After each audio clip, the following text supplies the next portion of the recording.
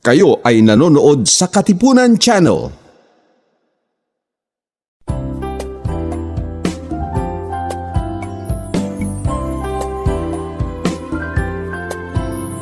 Ang tinig ng magsasaka ay maririnig na, laban sa kahirapan, panlipunang katarungan. Angat ang kabuhayan, ahon sa kinabukasan, magsasaka magkaisa. Angat ahon, mga magsasaka. Angat ahon, bawat isa'y magsama-sama. Angat ahon, magsasaka. Ahon, mga magsasaka. Matapat na pamamahala ang ating adhikain, pag-angat at pag-ahon sa bayan nating tugon. Hinahin ang kakayahan, iangat ang kabuhayan. Puring magsasaka, tayo ay umahon na. Angat Ahon, mga magsasaka. angat ahon, bawat isa'y magsama-sama. Angat ahon, magsasaka. Magsasaka.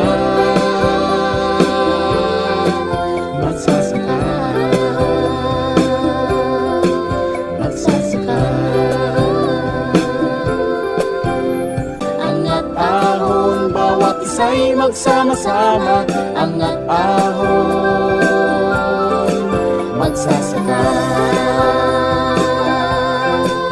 Magsasaka. Magsasaka. Magsasaka. Magsasaka.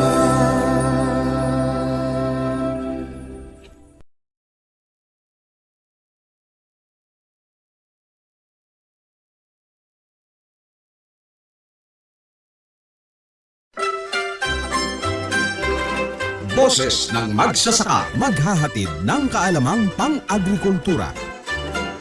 Kapaki-pakinabang sa mga magtatanim ng palay, mais, gulay, magninyog at mangingisda. Boses ng magsasaka, ilalahad ang mga programa, proyekto at batas ng pamahalaan na maaaring pakinabangan ng magsasaka.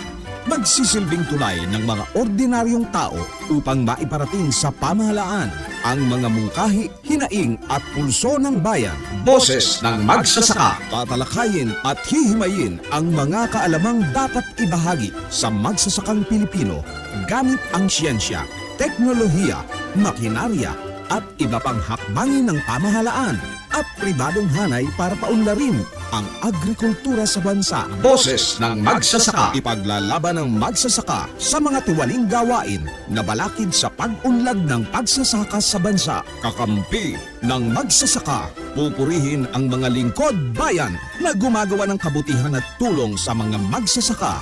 Kokondenahin ang mga tiwali at nang aapi sa mga maralitang magsasaka. Sisiguruhing iaangat at iaahon ang buhay ng bawat magsasakang Pilipino para sa kagalingan ng sambayanan.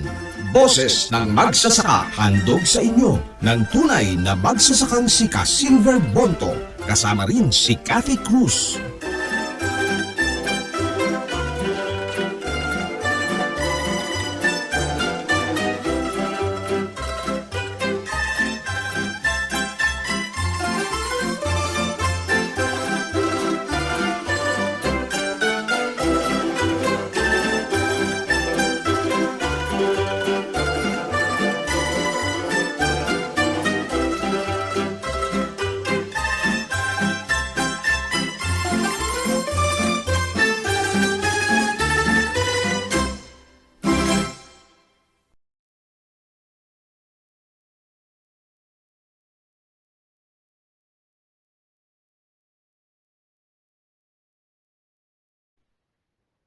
Magandang araw Pilipinas, magandang araw Luzon, Visayas at Mindanao at sa lahat ng ating mga kababayan sa iba't ibang panig ng mundo. Welcome po sa palatuntunang Boses ng Magsasaka. Ito po ang inyong lingkod, Cathy Cruz, na inyo pong makakasama sa loob ng isang oras. Sa lahat po ng ating mga masugid na taga-subaybay, maaari po kayo magpadala ng text sa 0915 0917-258-4091. O maaari din po kayo magpadala ng sulat troniko kung may nais po kayong ibahagi sa amin na impormasyon o mungkahi na nais po ninyong talakayin natin sa ating palatuntunan. Magpadala lamang po ng sulat troniko sa boses@gmail.com o bisitahin po ang ating pong social media pages, ang ating pong Karipunan channel at BDT Radio Production.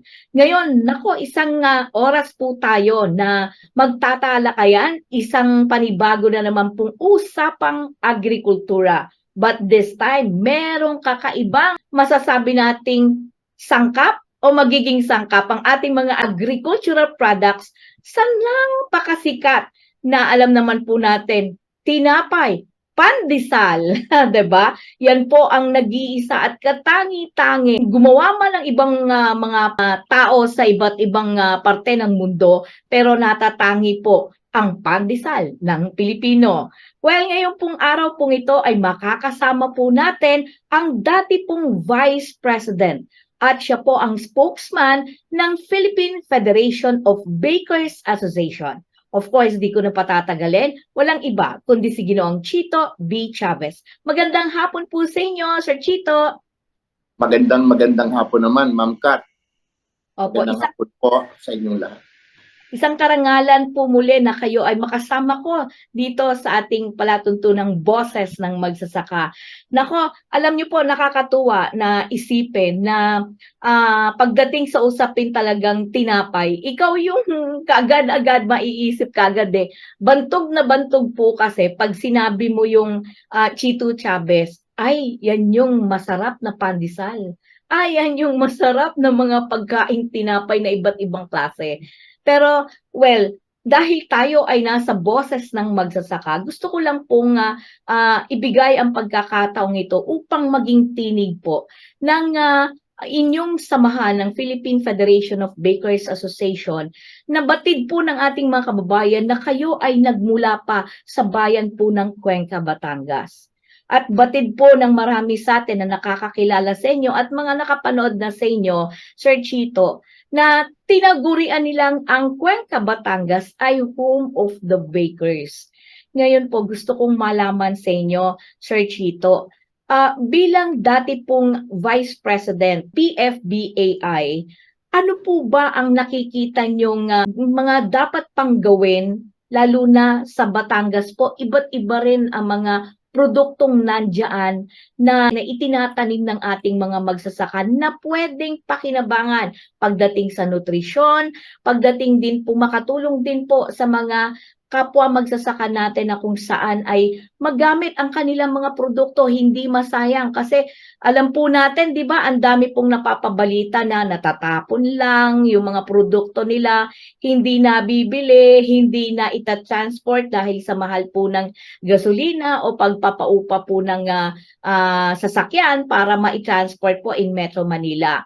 This time, gusto ko lang pong malaman sa inyo kung paano ba na ang agrikulturang produkto ay magamit pagdating sa baking. Ano po ba yung kinabukasan ng baking industry at ng Cuenca, Batangas bilang isang home of the bakers? Yan po ang ating pag-uusapan po ngayon mga kababayan. Kaya please stay tuned. Patuloy po kayong sumubaybay dito at standby kayo, just relax. At namnamin po natin ang mga impormasyon na atin pong makakalap mula sa ating panauhin po ngayon. For the meantime, bago po tayo umusad sa ating talakayan, pakinggan po muna natin ang tagapagtaguyod ng palatuntunang ito. Kayo ay nakikinig sa programang Boses ng Magsasaka. Araw-araw ang digmaan. Umaga't gabi sumasabak sa laban. Dapat protektado ka outside at inside. Immune Advance contains 4 active ingredients gaya ng lagundi, malunggay, non-acidic vitamin C at zinc. Tulong pampatibay resistensya para tulong proteksyon. Isama pa ang proper diet at exercise. Para katawan ay handa, Immune Advance helps support a healthy immune system. Immune Advance ang sandata. No approved therapeutic claims. Ang Immune Advance ay hindi gamot at hindi dapat gamiting panggamot sa anumang uri ng sakit. Available in Shopee, Lazada, and other leading drugstores. Make weekends and holidays count by bonding with family and friends. At Hillspa Resort, we can make that happen for you. Rest, relax, and have fun in a natural setting with so much greenery around you. Hillspa Resort boasts of 3 large and clear pools, 3 spacious function halls, and several clean and cozy rooms for a memorable and enjoyable overnight stay. Our various facilities can cater to various budgets. Hillspa Resort is located in Barangay Lalakay, Los Baños, Laguna. Why not check us out for that overdue bonding activity with family and friends? For inquiries, please call Joey at 0932-624-2019.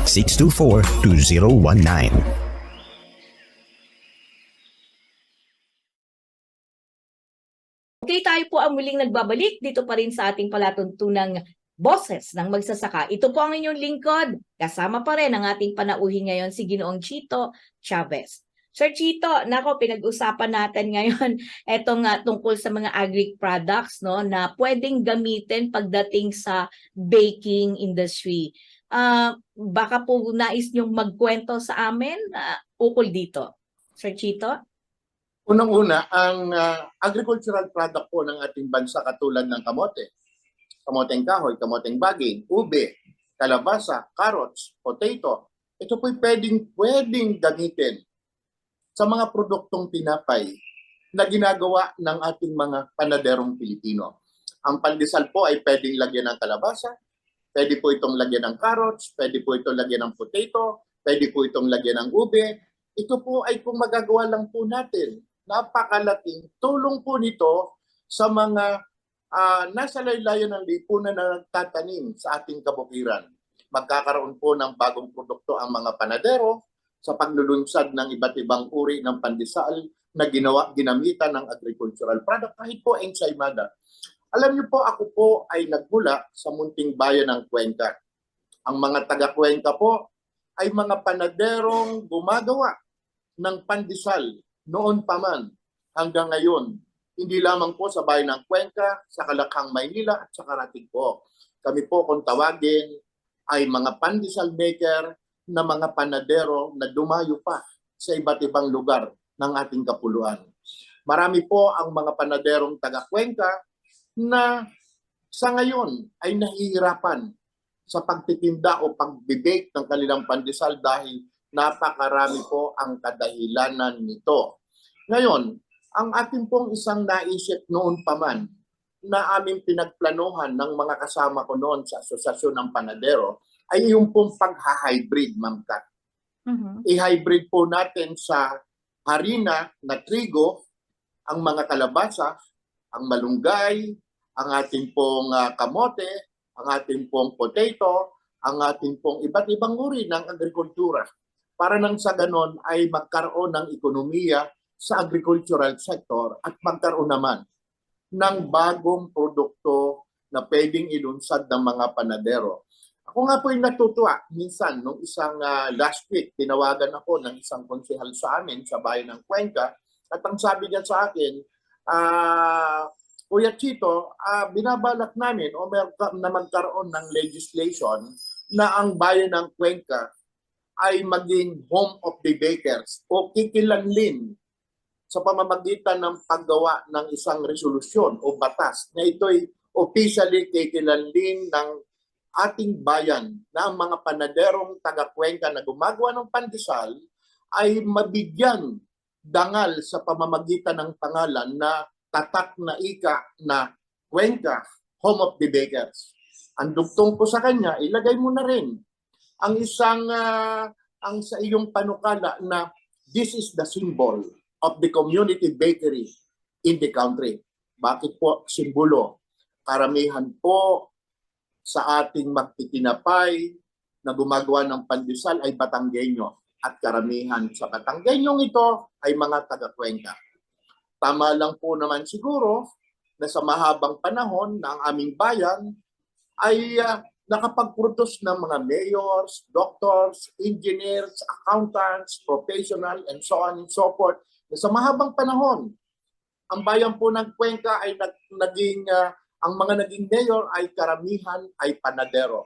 Ang nakaupong mayor sa kasalukuyan ay isa rin pong may-ari ng bakery. Meron po kaming doktor na practicing physician nung nakaraan who owns a bakery. A prosecutor who is a lawyer na naging ang kanyang pamilya ay bakery operator din. Yung pong mga nakaraang alkalde ng aming bayan, karamihan ay mga nagtinapay. Siguro tama lang na ang Cuenca ay madeklara na this is Cuenca, the home of the bakers, which is the symbol of the community bakery in the country. Sana po yung sinabi sa akin ni Konsehal Let, si Konsehal Let Javier na isang taga-Bungahan ay magkaroon ng katotohanan. Ito po'y napakalaking tulong na moral sa kaisipan at damdamin ng bawat Cuencanyong panadero na madeklara ang aming bayan sa ganitong paraan. Maganda po yung pahayag na inilabas nyo ngayon, Sir Chito. Kasi alam nyo po, sa kasaysayan po natin, bago pa po lumabas yung mga naglalakihan pong mga malls, 'di ba? At mga, sabi na nating mga shopping center, talagang yung mga community bakery ang unang-unang parang nagsilbing hindi lang siya bakery, kundi parang naging tindahan din po siya eh. Naalala ko po yun nung mga kabataan po natin na for every block, for every street, merong isang bakery po talaga at makikita mo talaga ang mga tao humuhugos. 5:00 pa lang na madaling araw makikita mo yung mga tao nagbibilihan ng pandesal, nagbibilihan ng pambaon para sa kanilang mga anak at hindi lilipas ang umagang yon nang hindi nagkakape at nagtitinapay, 'di ba? Naalala ko po 'yon eh. At makikita mo talaga noon buhay na buhay ang pagnenegosyo sa mga komunidad. Isang paraan 'yon para makikita mo na ang ekonomiya ay buhay. Kasi simbolo po yun, ako sa akin, Sir Chito, simbolo po yun na ang mga tao merong kakayahan na bumili, yung power na makabili po ng mga kung ano man yung produktong yon. Lalo na yan, yung community bakery po na yan, pag yan ay nabuhay at kilalanin, etong sinasabi niyong sa Cuenca, Batangas, na bagamat sila ay nakakalat na hindi lang sa Metro Manila, kundi sa mga karatig na bayan, pero ang lahi nila ay nag-ugat talaga sa Cuenca, Batangas, ay talagang mukhang mabubuhay nyo ang mga bakery, community bakery sa ating bansa. Pero may curious lang ako, Sir Chito. Kanina may sinasabi ka na may problema ang ating mga community bakeries. Pwede po bang malaman kung ano ang kasalukuyang kung bakit po sila tila nahihirapan sa kanilang kasalukuyang sitwasyon? Ano po ba yung nagiging balakid para magtuloy-tuloy at manatili po na nakatayo yung mga community bakeries po natin sa ating mga, hindi lang Metro Manila, kundi lalo na sa mga kanayunan? Unang-unang struggle ng community bakery, Ma'am Kat, pag ako tinanong, ang community bakery walang marketing. Hindi katulad ng isang malaking panaderia na may mga marketing collateral silang nagagawa. Pangalawa, ang community bakery napakabagal ng improvement, research and development ng kanyang produkto. Yun ang mga struggle eh. Dapat magkaroon tayo ng mga bagong produkto na itinitinda sa community bakery. Isa pa, yung kakulangan ng ayuda ng ating pamahalaan sa kabila ng pandemya, sa kabila ng economic crisis, dapat makadama rin kami ng kaunting ayuda. Lalo na kapag kami gumamit na ng agricultural products sa ating pagtitinapay. Tingnan mo, Ma'am Kat, kung ang ating importation, assuming, eto assumption lang, ang assumption natin is 1 billion importation ng trigo, ay nagkaroon tayo ng paggamit ng 30% ng agricultural product. Di 300 milyon binili natin ang agrikulturang Pilipino. Natulungan natin ang magsasakang Pilipino sa pamamagitan ng 300 milyon dolyar. Nagkaroon pa ng bagong produkto ang mga panaderia sa pamamagitan ng bagong malunggay pandesal, squash pandesal, potato pandesal, ubi pandesal, carrot pandesal, banana breads, and so on and so forth, mabubuhay. Magkakaroon tayo ng ekonomiya. Mabibili ng mga bakery ang produkto ng magsasaka, makakabili naman ng tinapay sa amin ang mga magsasaka, lalakas ang bakery at nabuhay ang pagsasaka sa bansa. At ang unang-unang makikinabang dito ay ang bayan ng Cuenca na magpapandesal dahil napakagandang i-trial nito ay sa pandesal. No. Okay. Tingnan mo, Ma'am Kat, lahat ng malalaking bakery nakikita ko kung di ako nagkakamali. Nag-umpisa yan na community bakery. Yes. Meron lang dyan na isang community bakery dati in 1960s. Mahigit na siyang 1 taon. Ngayon siya ay community bakery na. May community bakery pa siya. May commercial bakery pa siya. Industrial bakery pa siya. Mayaman na siya. Habang lumalaki ang mga bakery ito in terms of improvement and development in so many aspects, naiiwan naman yung mga community bakery because of lack of development, lack of vision, lack of action. There are so many lacking points because there is no guidance coming from anybody.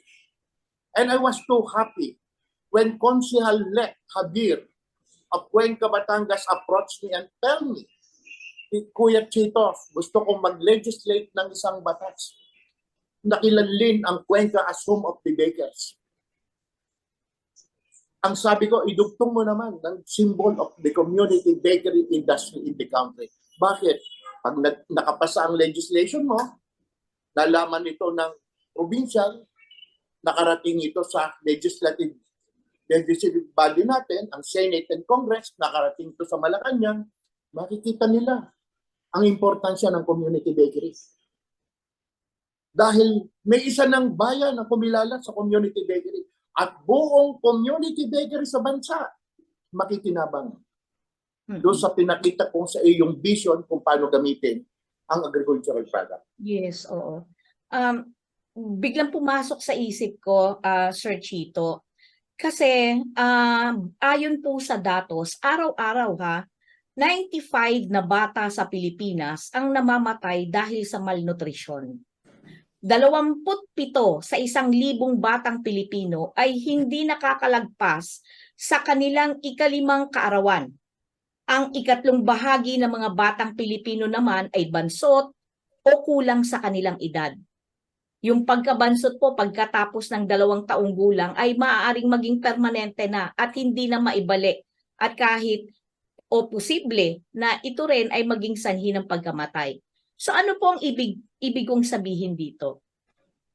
Ang ibig sabihin dito, sa paggamit po ninyo ng mga agricultural products, dahil alam naman po natin when we talk of kalabasa, carrots, at kung ano-ano pa, kamote, kamoteng kahoy, potato, ube, malunggay, alam mo pag hinalo mo yan sa pandesal, Sir Chito, lalabas yung natural na tawag dito, yung nutrients, 'di ba? Makakain nila. Magkano lang naman ang isang pandesal, 'di ba? Kumbaga abot kaya, makakatulong pa sila sa mga bata. Iniisip ko kung makakatulong din o siguro maganda rin maisama sa research nung inyong konsehal mula sa Batangas, Sir Chito, ang tungkol sa pag-aaral na to. Kasi nalaman ko na dun sa DOST Region 1, pero ito ay grupo ng Nutri-Dense Food Manufacturing na tinulungan din sila ng DOST. Alam nyo po ba na sila ngayon ang nagsusupply ng pagkain, pero itong mga pagkain na to, akala mo chichirya lang, pero hindi po siya chichirya, kundi galing sa mga gulay naman po. At sila ang nagsusupply sa mga elementary students nationwide, Sir Chito, particularly in Region 1. Ang kapartner po ng grupong ito ay DOST, FNRI, National, yung NNC yata, National Nutrition Council, NNC, tama? DOH, yan po ang kapartner nila And mind you, nalaman ko na milyon-milyon na produkto ang ginagawa nila mula dito sa mga agricultural products na to.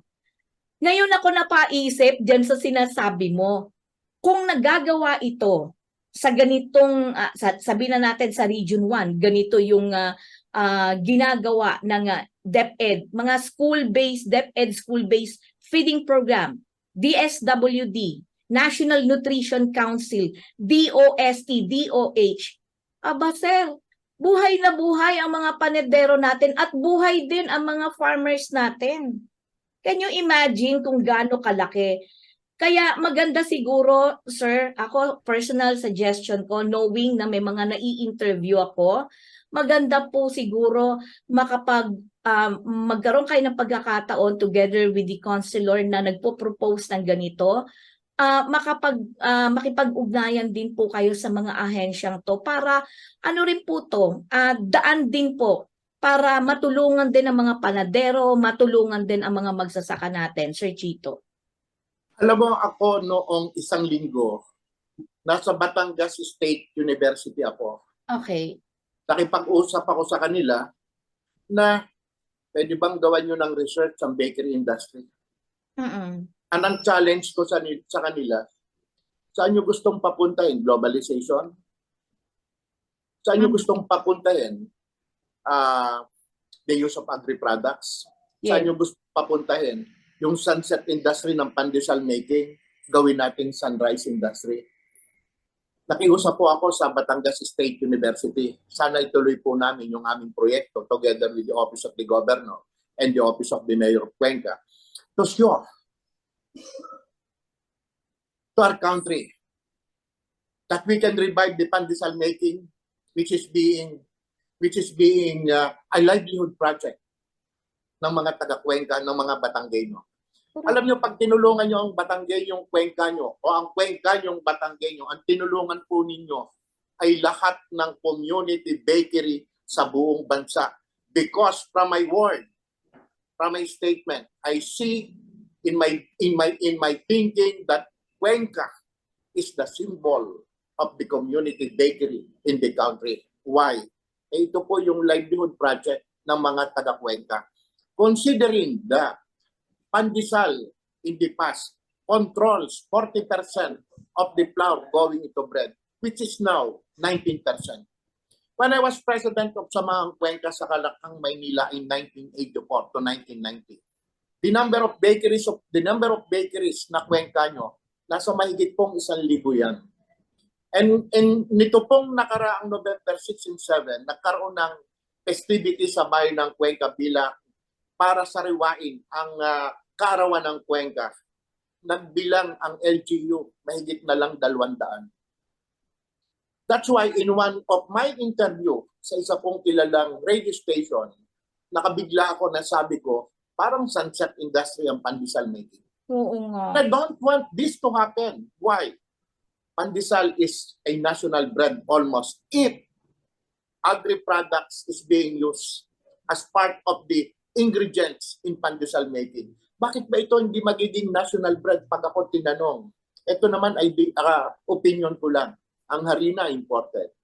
Ang mantika imported, ang asukal imported, ang asin imported, ang yeast imported. Local manpower na lang ang hindi imported dito sa katubig. If we push the use of agri-products in agri-bread, which I think and I do believe that agri-bread is the future of the bakery industry. Ang paniniwala ko po, ang agri-bread, ang kinabukasan ng bakery industry at kinabukasan ng agriculture sa ating bansa. Tingnan po nyo, Ma'am Kat, na-import tayo ng bigas. Eh pag umimport po tayo ng bigas, mas marami na po ngayon ang nagsisip sa pagkain ng tinapay. Why? Unang-una, sabi nyo kanina, marami yung mga malnourished. Yes. Ang dali lang i-45 ng tinapay. Tuwing November 7, kung di po ako nagkakamali, it is the anniversary of fortification law. May fortification law po tayo na dapat bigas, mantika, asin, harina, tinapay, dapat po ito 45. Pero kayo po ang nagsabi kanina, kung ito'y gagamitan ng malunggay, kalabasa, ube, natural ko na yan. May mga vitamins na pong dala-dala yan. Yes. And secondly, ang ating pong July is a month of pagkain ng gulay.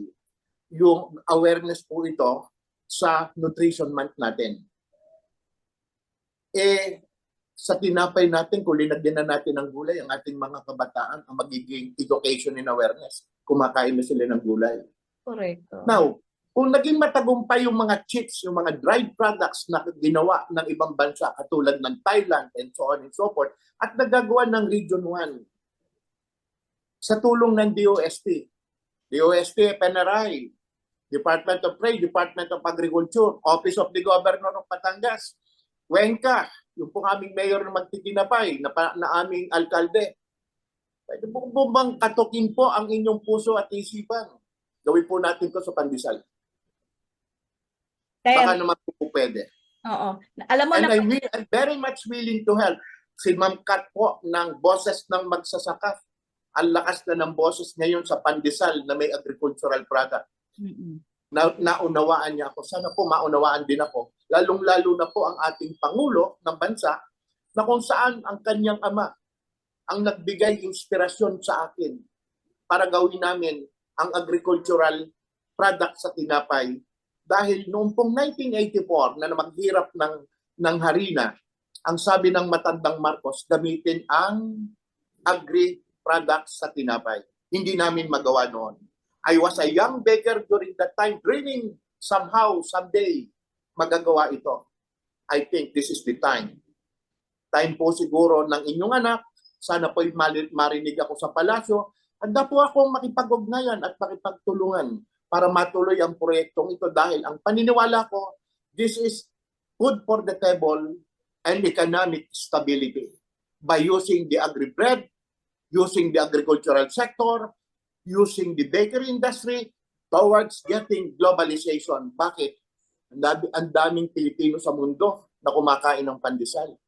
Sana po ito'y maging katuparan sa susunod na panahon.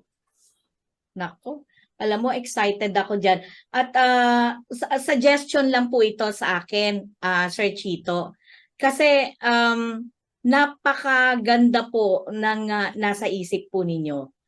At tingin ko, mukhang kailangan nating gumawa tayo ng isang kapulungan. I don't know how you call it, pero siguro sa pangunguna ng Philippine Federation of Bakers Association Incorporated, maganda siguro magkaroon ng tinatawag tayong summit. And we will invite the National Nutrition Council, we will invite DOST FNRI, we will invite the Department of Agriculture, and we will also invite the governor and local government, maybe, of Batangas, para pag-usapan natin to. Kumbaga parang ano ba ang pwede nyong itulong para sa mga panadero at para sa mga magsasaka natin. Kasi kung hindi natin gagawin to na pag-iisahin natin sila, kasi para makita nila kung ano yung vision, kung saan yung gusto nyong mangyari. Nandun na sila nandun na sila sa kapulungan, and hindi naman sa mapepwersa sila, pero siguro mabubuksan ng isip nila kung paano makakatulong. And not only the DOST FNRI, but the DOST Secretary itself. So that magkaroon sila ng allocation together with this DOH, kasi 'di ba maraming nagugutom na Pilipino maraming malnourished. Ano ba naman? Pwede naman tayong kumuha ng mga farmers natin. Meron kumbaga, sino ba yung mga sa Batangas, let's say for example, sino yung mga farmers diyan na nagtatanim ng mga kalabasa, ng mga carrots, ng mga malunggay? O di sila ang magsusupply ngayon sa mga panadero. I'm sure ang organisasyon po ninyo ay meron pong listahan ng tinatawag po nating mga members o mga listahan ng mga bakers po, bakery. Hindi lang siguro sa Batangas, pero maganda sa Batangas muna para doon ang kick-off hanggang sa later on ikalat na nationwide. na itulak ito for every region, 'di ba? For every province, together maybe with the DTI, kasi para ang dating ng programa ay maging holistic. At mismo ang gobyerno, kung makakapunta nga ang Pangulo ng Bansa, mas maganda para magkaroon siya automatiko ng tinatawag nating uutusan niya lahat ng government agency, particularly involved sa agriculture, involved dito sa research, food and nutrition research, at mismong yung nagdi-deploy, even DSWD. Kasi ang DSWD, alam kagad nila sino ba yung mga 4Ps na yan na kailangan, pati ang DepEd. So makikita mo kaagad doon sa summit, imbitahan ng DepEd, DOST FNRI, DOST Secretary, DTI, Department of Agriculture, DSWD, DOH. My God, Sir Chito, mabilis pa sa alas 4 yan. Itutulak nila yan at magkakaroon, mas lalong magiging malakas ngayon ang local government, yung sinasabi po ninyong konsehal, na gustong ideklara na ang bayan ng Cuenca ay maging tagurian na Batangas of Home of Bakers. At sila ang tinatawag nating national community bakers ng bansa. Hindi po ba? Ako sa akin lang po, suggestion lang po yon, Sir Chito. It's quite a big event, but I'm sure ang goal ninyo, makukuha ninyo. Alam nyo, kaya lang ho ako nagtsatsaga rito na ituloy ang proyektong ito. I was being inspired that the little town of Cuenca, province of Batangas, to whom it is being called Home of the Bakers, yung pong namamatay na livelihood project ng aking kababayan, pati po yung aking hanap buhay, baka naman po ito ma-revive. Considering that 1,000 of bakeries from Cuenca so many years back. And today, they have the number of bakeries to which lumiit ng malaki. Kung ito nangyayari sa bayan ng Cuenca, nangyayari ito sa buong bansa. I stand to be corrected in my statement. Ngayon, kung ito po'y matutulungan ng pamahalaan at madidinig kami at mag-uumpisa ito sa bayan ng Cuenca, alam mo, Ma'am Kat, napakaganda nung ginawa ni Konsehal Let. Alam mo ba, ibabalita ko lang sa inyo. Merong isang naging appointed vice mayor ng Makati, si Konsehal Leo Magpantay, na napakatagal na naging konsehal. Panadero yan, manggagawa yan ng pandesal. Na lagi niyang itinagmamalaki, pare, ako'y panadero. At hindi ako magiging konsehal, hindi ako makakapag-aral kung hindi ako, dahil nag-umpisa akong magrarasyon ng tinapay hanggang sa ako'y nagka-bakery. Meron pang isang Magpantay na naging konsehal ng Makati. And they are both product of the bakery industry. Now, in this case, napakaraming napapag-aral ng industriya na magtitinapay. At napakarami pang papapag-aralin nito sa buong bansa kung ito'y magkakaroon ng kaayusan. At higit sa lahat, kaya nitong ayusin ang ekonomiya ng ating maliliit na magsasaka. At kaya nitong resolbahin ang problema ng 70% magtitinapay to whom it is the community bakery. Ito po, ganito karami ang mga community bakers na bubunutan mo sila ng tinik, lalagyan mo sila ng direksyon sa pamamagitan po ng pagsasaayos ng bakery. At sa pagsasaayos na ito, naniniwala ko, kayang ma-revive ang pandesal making. To which, bakit ba gustong-gusto kong mabuhay, lumakas ang industriya ng pagtitinapay? Magkaroon ng direksyon at magkaroon ng tamang paraan ng pagbebenta, tamang paraan ng paggagawa, tamang magkaroon tayo ng nutrition packs galing sa FNRI, magkaroon tayo ng monitoring galing sa Department of Health, Food and Drug. Bakit ba gusto ko ang ganito? Para may pagmalaki natin sa mundo. This is pandesal, a product of the Filipino. A Filipino pandesal which is being called in other parts of the country, in other parts of the world as Asian bread. Sir Chito, Kung madadala yung agrikulturang Pilipino, mapapagaya tayo sa French bread. oo. O sa French baguette. Sisikat ang Pilipino sa mundo. Yes. Ito, Konsehal Let, ilaban mo ang lehislasyon mo na ang Cuenca ay maging home of the beggars. Bakit? Para naman kahit papano sa aming mga puso at damdamin, madama namin na kami isang tunay na panaderong Cuencanyo, tunay na panaderong Batanggenyo na pwedeng ipagmalaki, hindi lamang sa bansa, kundi sa mundo. Wow. Sir Chito, naalarma ako dito sa sinasabi mong ang community bakery ay parang animo sunset industry na, dahil nga yung dating 1,000 mahigit ay naging 200 na lang. Tama po ba ako? Just want to clarify. Parang ganun, Ma'am Kate. Alam mo, mahirap kuminsang tanggapin ang katotohanan dahil ito'y masakit sa damdamin at nagiging timo sa kaisipan. Pero that's why I was asking Batangas State University, gawa naman po kayo ng research at ako'y handang makipagtulungan. Isang research group po inyong buuin para itong pandesal making at industriya na magtitinapay na Batanggenyo ay malagyan na po natin ng direksyon. Sana maumpisan na natin BSU ito, ating proyektong ito. Handa po akong makipagtulungan at sana tumulong ang bayan ng Cuenca, lalo na po ang aming mayor na panadero din naman po. At sana, panalangin ko, bindisyonan po kami ng gobernador ng Batangas sa research group po ito na hinihingi ko sa BSU. Nako, maganda siguro hingin ko ang iyong panawagan unang-una sa mga iba't ibang ahensya ng pamahalaan bilang spokesperson po ng inyong federasyon ng Bakers Association, Sir Chito. Sana po madinig din nyo aming pinag-usapan ni Mankat ngayong hapon ito. Yung pong DOST, PNRI, yung Department of Trade, DA, lalo na po ang Philippine Coconut Authority, kaganda-ganda po ng pandesal na may coconut o coco pandesal. Sa ating pong DepEd, yung pong Nutriban, bigyan niyo po ng konting halaga at pansin ang mga community bakery na magkaroon ng Nutriban project para po naman kami makabahagi dyan.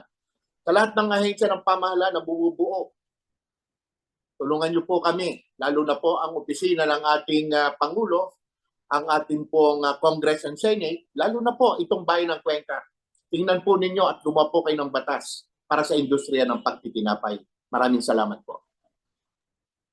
Sir Chito, bago kita tuluyang bitawan, gusto kong magbigay ka rin ng mensahe sa kapwa mo panadero, lalo na sa mga nagmula o kung wala man sila ngayon sa Cuenca, Batangas at nasa iba't ibang panig ng ating bansa. Mensahe po para sa kanila. Alam mo, natutuwa ako sa katulad ni Konsehal Leo Magpantay ng Makati. Sa kay Mayor Alex Magpantay na naging mayor, kay Fiscal Comia na naging mayor ng Cuenca, sa lahat ng naging mayor ng Cuenca. Tuwa po ako nang mula sa pagbe-bakery, nabot ko po yan. Sana po yung ibang magpapandesal na ngayon ay nagkakaroon ng hirap at pagod sa pagkihamok sa panahon ng hirap ng ekonomiya, gawin po yung inspirasyon ng mga taong ito na aking binanggit para po natin malusutan ito pong hirap ng buhay sa industriya ng pagtitinapay. Sir Chito, isa pang pahabol na katanungan, meron lang po tayong mga nagkomento at nag-text sa atin. Tinatanong po kayo kung nagkakaroon ba kayo ng meron bang epekto raw sa inyo ang patuloy na pagtaas ng halaga po ng kuryente, langis at iba pang agricultural products bilang isang may-ari po ng panaderya. Nasaktan kami nung 1 taon sa sibuyas, Ma'am Kat. Alam mo, ginagamit namin ito sa chicken pie, do sa aming mga hotdog na may sibuyas. Ang utilities, ilaw, tubig. Ang community bakery po, ang practices nito, pinakakain ng aming mga panadero. Pakain po ito. Pagtaas po ng mga bigas, pang-ulam, katulad ng manok, karning baboy, isda, apektado po ang maliit na bakery. Apektado po kami sa OPEX na tinatawag. Kaya po naman, unawain ninyo kung nagkakaroon po ng kaunting pagbabago kuminsan sa presyo ng tinapay, ang mamimili po naman ng tinapay, napakadaling makaunawa. Lalo na kapag tinulungan kami ng mga kaibigan natin sa media, nagkakaroon po kami ng information campaign. Sana po tulungan kami ng gobyerno. Ito yung aking hiling. Ano po bang ahensya ng gobyerno ang pwedeng tumulong sa bakery industry sa aming mga pangarap para kami ay manatili sa 2024, 2025, 2026, 2050? Ano po bang ahensya ng gobyerno kaya ang pwedeng sa aming makadinig at tumulong? Yun po lang ang aking tanong. Salamat po. Alam mo, Sir Chito, nararamdaman ko yung bigat ng dala-dala ng mga kapwa mo panadero, no? Sa'yo pa lang makikita mo yung conviction kung paanong nahihirapan kayo sa mga utilities. Hindi lang utilities, kundi syempre mga operational expenses para magpatuloy na nakatayo ang inyong bakery, patuloy na mag-operate, 'di ba? Pero sana nga po ay mapakinggan kayo at maging daan po ang boses ng magsasaka sa inyong panawagan. At sa aking pong personal na kakayahan po, hagila po ako ng paraan, Sir Chito, na magkaroon po matulungan kayo ng iba't ibang ahensya po ng ating pamahalaan. At sana po ay maging bukas po ang inyong telepono anytime dahil pipilitin ko po na kung hindi man po magkaroon po tayo ng pag-uusap o interview sa boses ng magsasaka sa pagitan po ng mga ahensya na pwede pong tumulong sa mga panaderong katulad ninyo. Kasi sigurado po ako sa mga umuusbong po ngayon ng mga datos na inilalabas nila, malaki ang magagawa ng panadero o ng mga bakery, community bakery sa lahat po ng ating lugar sa bansa. Kasi kayo po kasi ang diretsong nandyan sa harap nila, walking distance lang na pwedeng puntahan, na kaya ng bulsa nila. Kung hindi man nila kaya yung ibang uri ng pagkain, at least kung ang inyong tinapay ay meron ng natural na nutrisyon na makukuha, sigurado ko isa kayo sa magiging sagot sa problemang malnutrisyon, hindi lamang ng ating mga kabataan, kundi maging ng kagutuman ng maraming sambayan ng Pilipino, Sir Chito. Ako, ramdam ko po kayo at thank you so much. Kinikilabutan ako. Kinikilabutan ako dahil, sorry,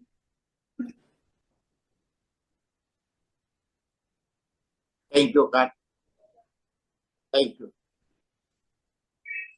marami po kasi talaga na mga Pilipino ngayon, sana maramdaman ng ating mga opisyal po ng pamahalaan na sana yung kanilang posisyon, yung kanilang mga pondo, gamitin nila ng tama.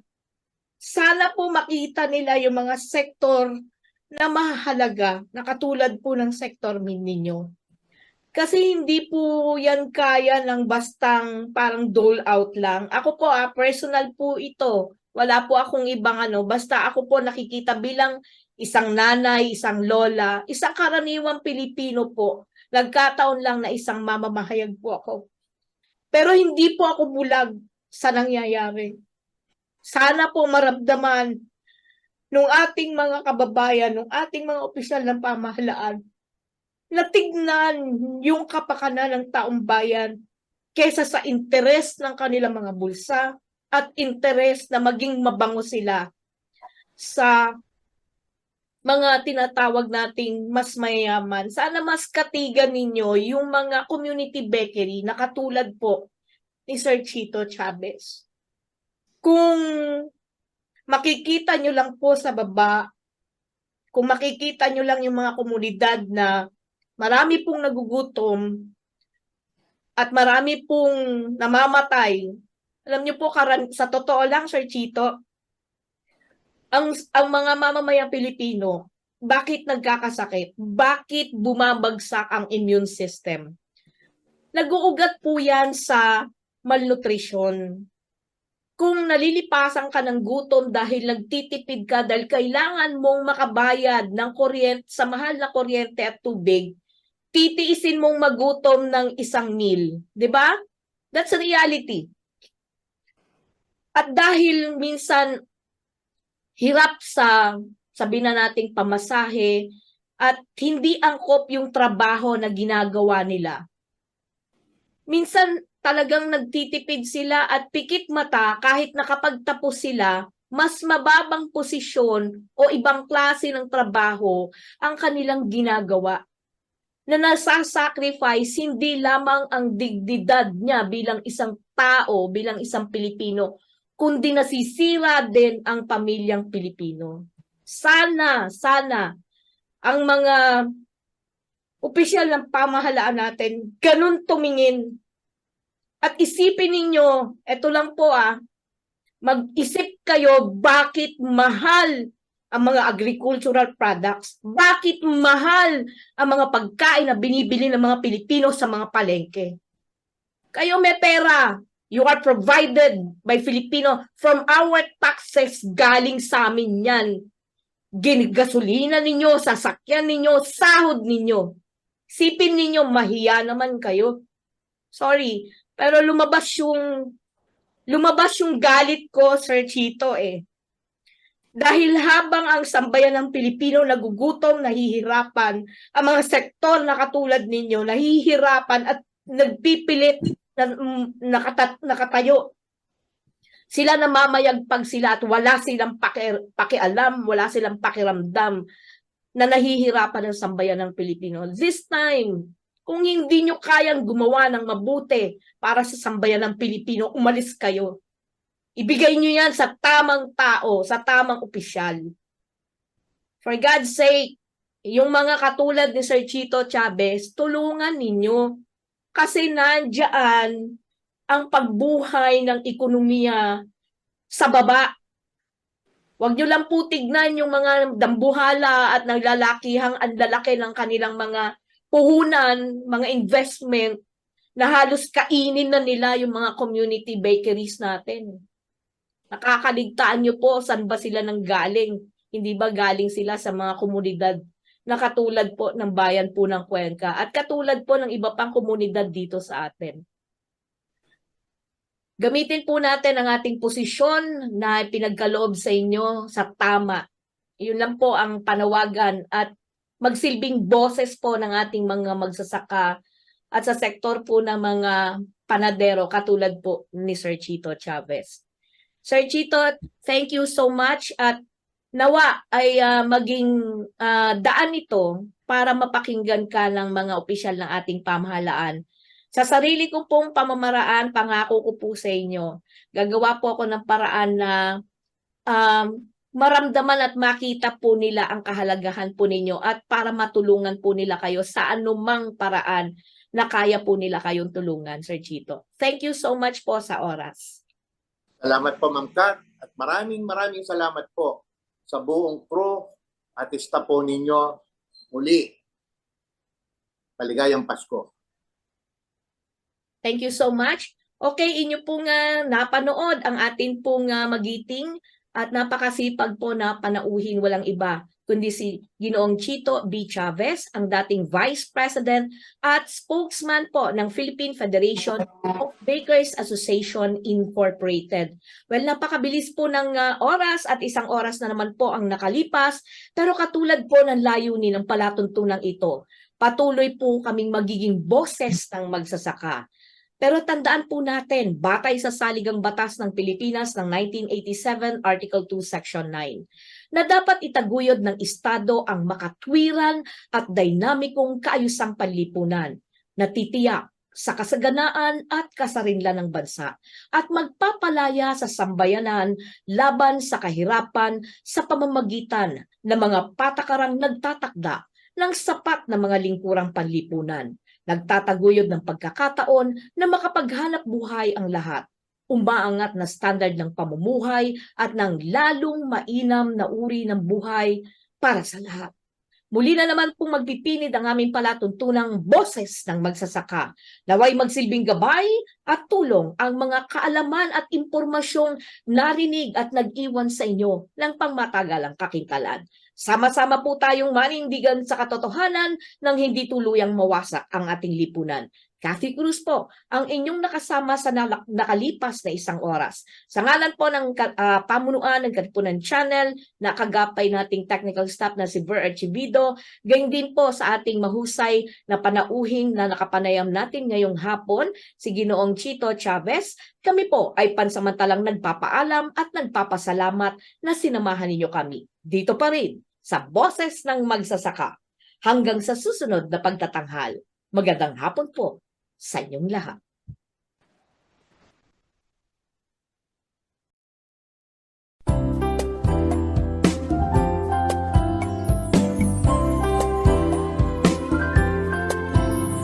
Ang tinig ng magsasaka ay maririnig na, laban sa kahirapan, panlipunang katarungan. Angat ang kabuhayan ahon sa kinabukasan. Magsasaka magkaisa. Angat ahon, mga magsasaka. Angat ahon, bawat isa'y magsama-sama. Angat ahon, magsasaka. Ahon, mga magsasaka. Matapat na pamamahala ang ating adhikain. Pag-angat at pag-ahon sa bayan nating tugon. Inahin ang kakayahan, iangat ang kabuhayan. Puring magsasaka, tayo ay umahon na.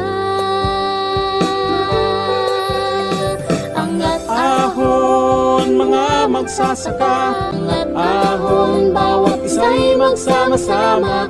Angat ahon, magsasaka. Magsasaka. Magsasaka. Magsasaka. Angat ahon, bawat isa'y magsama-sama. Angat ahon, magsasaka. Magsasaka. Magsasaka. Magsasaka. Magsasaka.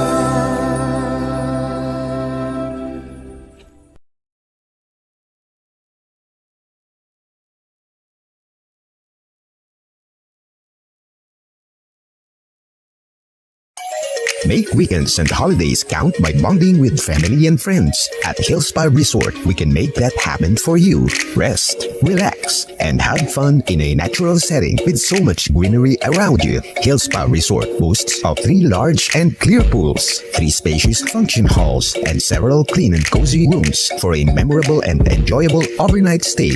Our various facilities can cater to various budgets. Hillspa Resort is located in Barangay Lalakay, Los Baños, Laguna. Why not check us out for that overdue bonding activity with family and friends? For inquiries, please call Joey at 0932-624-2019.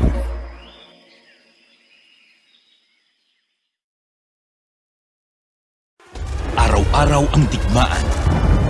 Umaga't gabi sumasabak sa laban. Dapat protektado ka outside at inside.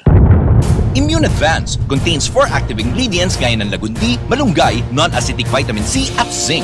Tulong pampatibay resistensya para tulong proteksyon. Isama pa ang proper diet at exercise. Para katawan ay handa, Immune Advance helps support a healthy immune system. Immune Advance ang sandata. No approved therapeutic claims. Ang Immune Advance ay hindi gamot at hindi dapat gamiting panggamot sa anumang uri ng sakit. Available in Shopee, Lazada, and other leading drugstores. Narito ang mga patutuon ng ating mga kababayan na natulungan ng Immune Advance. Ako po si Ronald Advincula na taga Santa Rosa, Nueva Ecija. Security guard. Simula po nung nasubukan ko itong Immune Advance, naging mahimbing po yung aking pagtulog at yung aking appetite po. Lumakas po ako sa pagkain. Kung ganun kagaya nung dati na talagang nalalambot po ako nung hindi ko pa po nainom itong food supplement nito. Start po nung nainom ko to, lumakas po. Saka yung resistensya ko po medyo nagkaroon po ng energetic. dito po sa food supplement ng Immune Advance. Maganda po talaga. Salamat Immune Advance. Ako si Yoli Mabasa, senior citizen, retired banker ng Ilagan, Isabela. Alam nyo, dati ang nararamdaman ko, nagpapalpitate ako. Sinubukan ko yung Immune Advance. Aba, nawala na yung palpitation ko. Gumaan pa ang pakiramdam ko. At saka simula noon, tuwing umiinom ako, naku, ang sarap na ng tulog ko. Salamat Immune Advance. Mabuti na lang na-discover kita. Thank you. Siya ni Lolita Daban, 46 years old, taga Kutog Grande de Mercedes, Isabela. Dati-dati naregatan nak nga maturog, tata nagimas mit iturog kon. Agyaman nak mit detang intid da kanyak Immune Advance. Padasin nyo Immune Advance na laing sobrat na itulong na tibagit. Thank you. Libubot buwak 50 anyos, taga District 1, Benito Sullivan, Isabela. Manay po dinagtumara kiti Immune Advance, talaga mariknak iti bagik nga mayat. Mayat tipan naturog ko, kayan pumiksa akpay. Idi gamin, adda iti rabi nga dyan makaturturog. Ngumi dinagtumara kiti Immune Advance, isumutan si mayat tipan naturog ko. Sungado kayat yung mayat ti pumiksa, kayan mayat tipan naturog na, agtumar kayo ti Immune Advance, awan ti side effect na, tunay nga organic. Nung bata po ako, may asthma po ako. Tapos ko, nung simulan ko po uminom po ng products po ng Immune Advance, ay naging mabuti po yung aking katawan. And nakatulog po ako ng maayos. And nawawala po yung hika ko po. Kaya po sa mga kagaya ko po na may asthma, Immune Advance na lang po yung inumin niyo. Ako nga po pala si Casey Petty Talagtag, 19 taon na gulang, nakatira sa Payatas. Ito pong Immune Advance, nagtataglay po ito ng malunggay, dagundi, vitamin C, and zinc na nakakabuti sa ating immune system.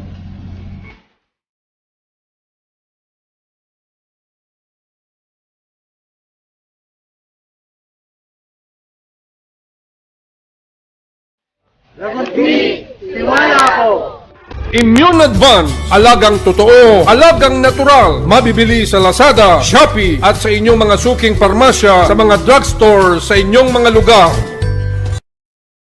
Araw-araw ang digmaan. Umaga't gabi sumasabak sa laban. Dapat protektado ka outside at inside.